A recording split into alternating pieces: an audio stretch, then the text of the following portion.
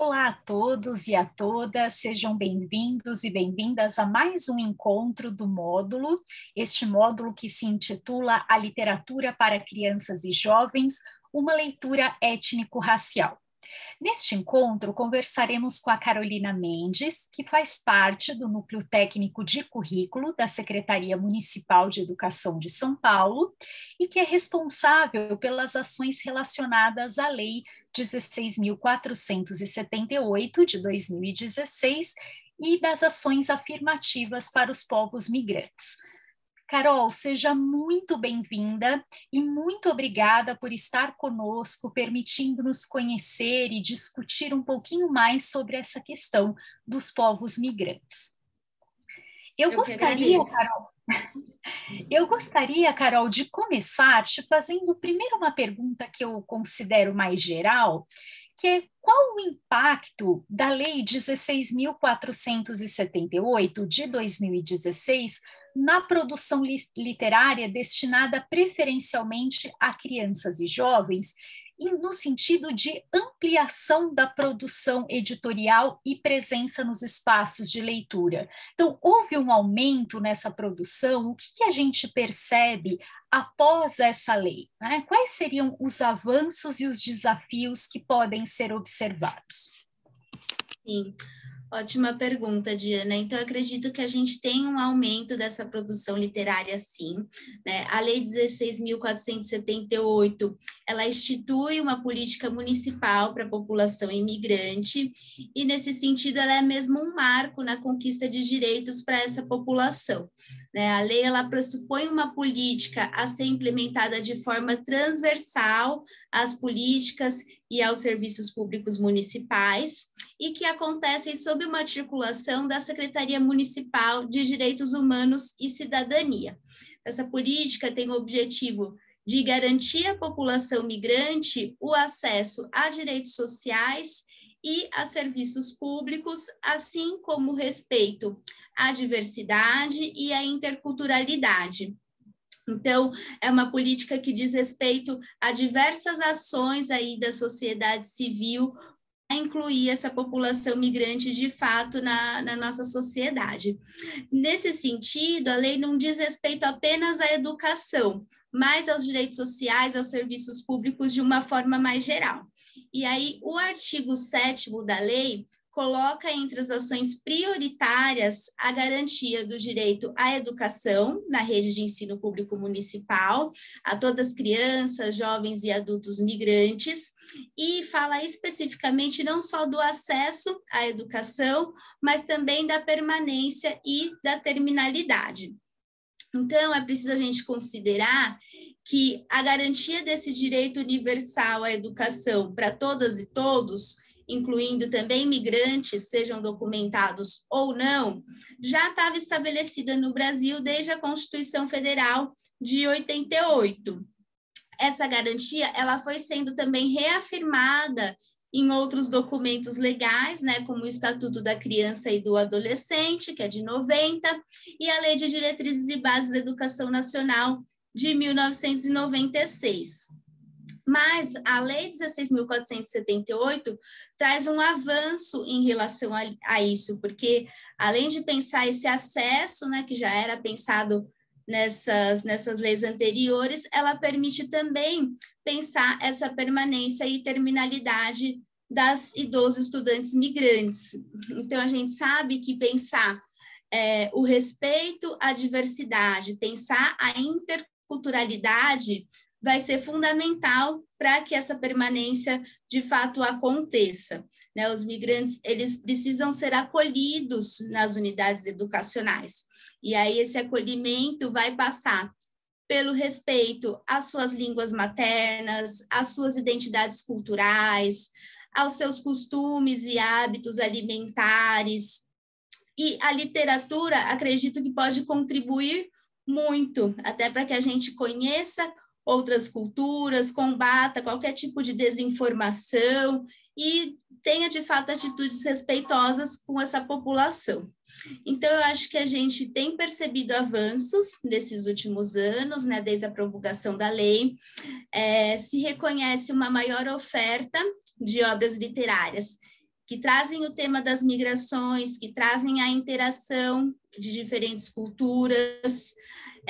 Acho que também começa a acontecer uma maior preocupação com a representação da diversidade, o combate aos estereótipos, né? Porque muitas vezes a população migrante, tanto interna quanto externa, aparece em diversas obras artísticas ou mesmo na mídia, ainda marcada por estereótipos, e a gente vai ver que a literatura começa a ter outras representações que não essas, né? E que dessa forma nos auxilia mesmo a pensar um combate à xenofobia. Então, eu acredito que a gente tem avançado de forma geral numa problematização do mito de que o Brasil seria um país acolhedor, que é um senso comum, assim, né, de que o Brasil acolhe todas as culturas, mas a gente tem avançado no sentido de problematizar isso e de pensar como, de fato, a gente tem recebido essas pessoas e como elas podem ser valorizadas como parte da nossa sociedade. Eu acho que é um pouco difícil mensurar como que a lei impacta na produção literária, até porque ela institui uma política no âmbito municipal, né? E como eu disse, ela determina ações que se referem a serviços públicos de forma geral, mas eu acho que a gente pode dizer que essa política resulta de uma mobilização dessa população migrante, e essa mobilização nos força a pensar nesses sujeitos que migram, nas suas culturas, nas suas representações, e aí novas demandas são colocadas, inclusive para o mercado editorial, né, no que se refere à produção dessas obras. Então, eu acho que o desafio envolve ter uma maior diversidade cultural representada nessa produção literária, né? A gente já tem, mas muitos livros infantis ainda são focados na representação, por exemplo, de crianças em situação de refúgio, e aí eu acredito que, principalmente, pensando o refúgio em relação ao mundo árabe, ou, historicamente, em relação à população europeia, contexto de Segunda Guerra Mundial, por exemplo, a gente tem diversas histórias que trazem pessoas que fogem de guerras, mas é preciso a gente considerar que nem todas as crianças e nem todas as famílias migram nessas circunstâncias, né? Então, acho que ainda são um pouco escassas as obras que tratam das migrações com uma diversidade de motivos e que apresentem os lugares de origem. Acho que isso seria bastante importante, não apenas como locais que sejam de expulsão dessas pessoas, né? Então, muitas vezes, quando as narrativas vão tratar do refúgio, esse lugar de origem da pessoa que está nessa situação é um lugar marcado por guerras, por conflitos, e às vezes só por aspectos negativos, né? E é interessante a gente pensar que esses lugares podem ser representados como diversos, podem ser lugares que são vizinhos a gente, né? Então, não necessariamente o migrante está vindo de locais mais distantes, muitas vezes ele está vindo dos nossos vizinhos, dos países da América Latina, como a Bolívia, a Venezuela, o Peru, ou mesmo o Haiti, que não está tão próximo, mas também está nesse contexto de América Latina, né? E são desses países que provém grande parte dos fluxos migratórios para o Brasil, né? Então, eu acho que seria interessante, né? Acho que é um desafio trazer as representações dessas culturas. E outra demanda que eu penso que também pode ser contemplada, né? Começa a ser contemplada, mas que também podemos avançar, são a dos livros bilíngues. Então, esses livros eu acho que eles são extremamente interessantes, porque eles permitem que as crianças, os jovens, tenham contato com a língua materna, né, quem é migrante, mas também permite que os estudantes brasileiros tenham contato com outras línguas, né? Então, eu acho que o livro bilíngue é uma oportunidade para todo mundo que está lendo ele. E aí até lembro um trecho, né, das nossas próprias orientações pedagógicas povos migrantes, em que a gente aponta lá a valorização das línguas de origem como algo muito importante para o acolhimento dessas crianças, desses jovens na escola. E aí o livro bilíngue vai contemplar, vai contribuir muito para essa valorização. Então, acho que é um desafio aí a termos mais avanços, embora a gente já tenha caminhado num sentido de ter maior representação cultural nas obras literárias. Sem dúvida, Carol, os avanços já são muito grandes. Eu acho que é tão importante isso que você disse, né, de problematizar a questão que para muitos ainda passa despercebida. Então, isso já é uma grande contribuição. E, Carol, de que forma, na sua percepção, tem ocorrido essa figuração, essa representação da população migrante nos livros ilustrados infantis e juvenis? Eu falo nos livros ilustrados, mas não só, né, necessariamente neles, é que muitas vezes eu acredito que os estereótipos acabam sendo reforçados por meio da ilustração, mas é claro que a gente pode ter esse reforço também por meio dos livros que são somente de texto verbal. Então, como é que acontece essa representação desses povos? Sim, eu acho que então a gente tem avançado um pouco no sentido de escapar dos estereótipos, né? Pensando que o estereótipo é caracterizado por uma opinião, uma representação fixa, e aí eles são ainda muito comuns, né, no imaginário brasileiro. Acho que só para dar alguns exemplos, a gente sabe muito bem como, por diversas vezes, ainda aparece nas falas das pessoas, por exemplo, que as pessoas vindas da Bahia são pessoas preguiçosas, ou que o mundo árabe é um lugar de origem de terroristas, né? E eu acho que esse tipo de estereótipo tem sido combatido na literatura. Mas a gente começa a ver que começam a aparecer narrativas múltiplas, acho que isso está representado e ainda há o que avançar. Como eu disse, a gente ainda tem uma caracterização bem forte do refúgio, e aí eu acho importante a gente entender que o refúgio ele é um tipo específico de imigração, que ele acontece por motivo de perseguição. Então, quando a pessoa se sente perseguida, seja por motivo de raça, por motivo de religião, pelo grupo social do qual ela faz parte, ou por ela ter opiniões políticas, muitas vezes divergentes do governo do país em que ela mora, e aí ela pede esse refúgio para outro país. Então, mesmo dentro de refúgio, a gente tem, né, uma diversidade de motivos que podem ser caracterizados como tal. Mas eu acho que nos livros isso ainda não aparece tanto. Então, é mais comum a gente ver, por exemplo, o refúgio em situação de guerra, né, que não descreve uma situação de todos os migrantes, de todas as crianças migrantes, mas é algo que aparece bastante. Então, eu separei aqui, né, alguns livros que trazem a questão do refúgio, que são obras muito interessantes, né, mas que eu acho que vale a pena a gente pensar que não é o único tipo de migração possível. Então, por exemplo, esse aqui, Refúgio, né, da SM. Tem também o Refugiados. A gente vai ver aqui mesmo o Caminho de Pedras, que é bem interessante, que é um livro que está em português e em árabe, mas também vai trazer essa questão específica de uma migração vinda da Síria, né? Então, acho que são ótimas obras, mas acho que vale a pena, ao trabalhá-las, né, na escola, pensar num sentido mais amplo da migração também.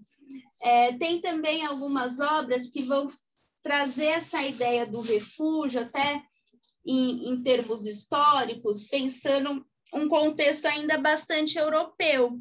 Então, por exemplo, essa aqui, o Mexique, né, que fala de crianças que saem da França em direção ao México nesse contexto da pré-Segunda Guerra Mundial, né, no contexto de guerra civil que acontece um pouco antes da guerra.